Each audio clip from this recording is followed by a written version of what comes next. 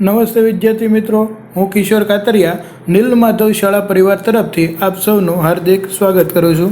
સ્વાધ્યાય 2.2 પ્રશ્ન નંબર 1.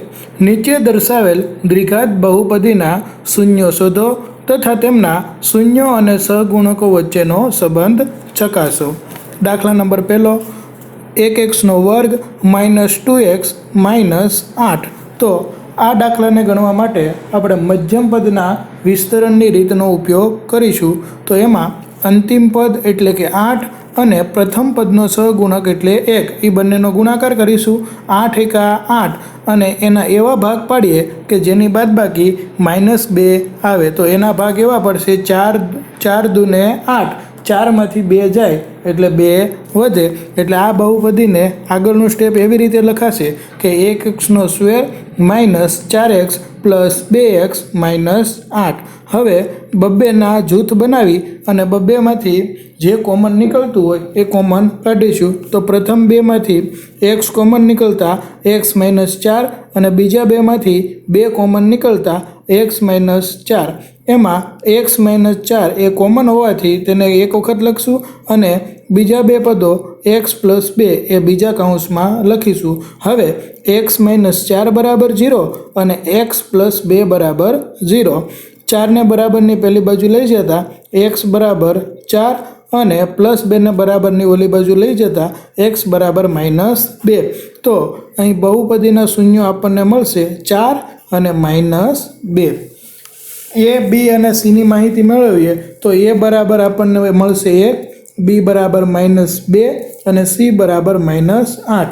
શૂન્યનો સરવાળોનું સૂત્ર છે -b/1 એટલે -2/1 પ્લસ એટલે 2/1 એટલે શૂન્યનો સરવાળો મળે 2/1. શૂન્યનો ગુણાકાર બરાબર c/1, c બરાબર -8/1 એટલે શૂન્યના ગુણાકારનો જવાબ આવશે -8/1.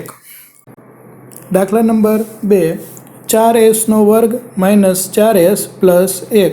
આમાં પણ આપણે મધ્યમ પદના વિભાજનની રીત ઉપયોગ કરીએ તો 4s² - 2s - 2s + x plus 2 દૂને 4 એટલે -4s આવી જાય. તો આ રીતે મધ્યમ પદના વિસ્તરણ દ્વારા આ રીતે દાખલો ગણી શકાય. આગળ વધીએ, બબ્બેના જૂથ પાડીએ અને એમાંથી કોમન નીકળતી હોય એ કોમન વસ્તુ બહાર લઈએ તો પ્રથમ જૂથમાંથી 2s બહાર નીકળશે એટલે 2s - 1 અને બીજા પદમાંથી -1 એટલે 2s - 1. 2s - 1 ને કોમન લખીશું અને 2s - 1 બંને વખત સેમ કાઉન્સ મળશે એટલે બંનેને 0 આપતા 2s - 1 બરાબર 0, 2s - 1 બરાબર 0. 1 બરાબરની ઓલી બાજુ જાય એટલે 2s બરાબર 1 અને s બરાબર 1/2.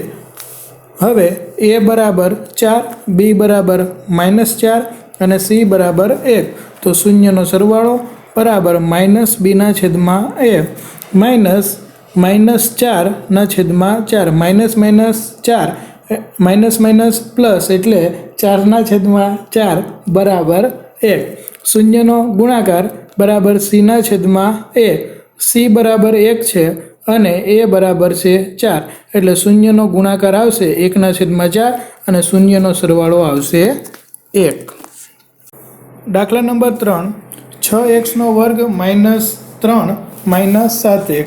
તો વિદ્યાર્થી મિત્રો, આ રકમને પહેલાં તો આપણે સેટ કરવી પડશે.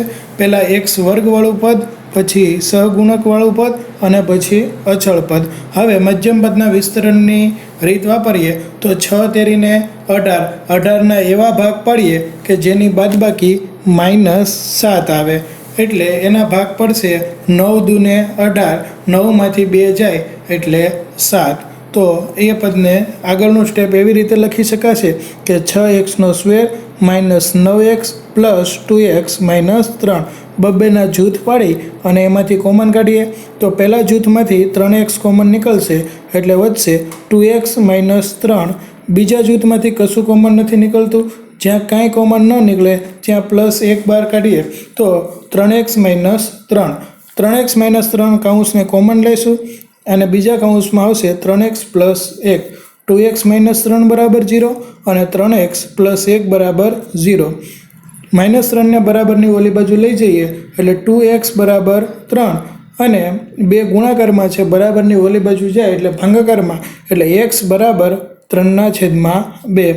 આ બાજુ 1 ને બરાબરની પહેલી બાજુ લઈ જઈએ એટલે 3x માઇનસ 1 અને 3 ગુણાકારમાં છે, પહેલી બાજુ જાય એટલે ભાગાકારમાં, એટલે x બરાબર -1/3. તો શૂન્ય આપણને મળ્યા 3/2 અને -1/3. હવે a, b અને c, a બરાબર 6, b બરાબર -7 અને c બરાબર -3. શૂન્યનો સરવાળો એનું સૂત્ર છે -b/a બરાબર -7/6, માઇનસ માઇનસ પ્લસ એટલે 7/6 અને શૂન્યનો ગુણાકાર બરાબર c/a. તો c છે -3/6. ભાગ ઉડાડતા જવાબ આવશે -1/2. આગળ વધીએ. દાખલા નંબર 4. દાખલા નંબર 4ની રકમ કંઈક એવી છે કે 4u² પ્લસ 8u. તો આ બંનેમાંથી સૌ પ્રથમ પહેલાં 4u કોમન કાઢતા કૌંસમાં વધશે u પ્લસ 2. હવે આ બંનેને અલગ અલગ 0 આપતા 4u બરાબર 0 અને u પ્લસ 2 બરાબર 0.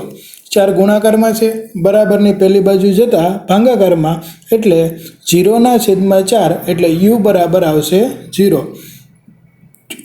u પ્લસ 2 બરાબર 0. 2 ને બરાબરની ઓલી બાજુ લઈ જતા પ્લસમાંથી માઇનસ થશે એટલે u બરાબર -2. તો અહીંયા આપણને શૂન્યો મળશે 0 અને -2. a, b અને c ની માહિતી મેળવીએ તો a બરાબર 4, b બરાબર 8 અને c બરાબર 0, કેમ કે અહીંયા આપણને અંતિમ પદ આપેલું છે ને. શૂન્યનો સરવાળો બરાબર -b/a બરાબર -8/4. ભાગ ઉડાડતા જવાબ આવશે -2. શૂન્યનો ગુણાકાર બરાબર c/a બરાબર 0/4 બરાબર જવાબ આવશે 0. દાખલા નંબર 5. દાખલા નંબર 5ની રકમ કંઈક એવી છે કે t² - 15. અહીં આપણે a² - b² બરાબર a plus b, a minus b આ નિત્યંશનો ઉપયોગ કરીશું.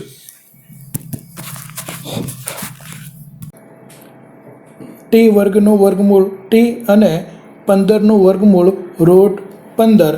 તો એક વખત પ્લસ અને એક વખત માઇનસ લખતા t પ્લસ √15 અને t માઇનસ √15 બંનેને 0 આપતા t પ્લસ √15 બરાબર 0, t માઇનસ √15 બરાબર 0. √15 ને બરાબરની પહેલી બાજુ લઈ જતા આપણને શૂન્ય એક વખત માઇનસ √15 અને બીજું શૂન્ય પ્લસ √15 મળશે. a, b, c વિશે જોઈએ તો a બરાબર 1, b બરાબર 0 અને c બરાબર -15. શૂન્યનો સરવાળો બરાબર -b/a બરાબર 0/1 બરાબર 0 અને શૂન્યનો ગુણાકાર બરાબર c/a. c ની કિંમત છે -15, -15/1 બરાબર જવાબ આવશે -15. દાખલા નંબર 6. રકમ જોઈએ તો 3x² - x - 4. તો 4 તેરીને 12, 12ના એવા ભાગ પાડીએ કે જેની બાદબાકી 1 આવે. તો 4 તેરીને 12, 4માંથી 3 જાય એટલે બાદબાકી એની આવશે 1.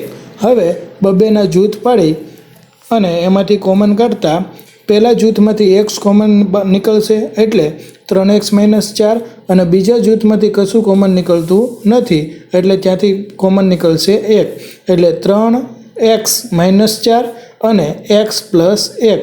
3x - 4 બરાબર 0 અને x પ્લસ 1 બરાબર 0.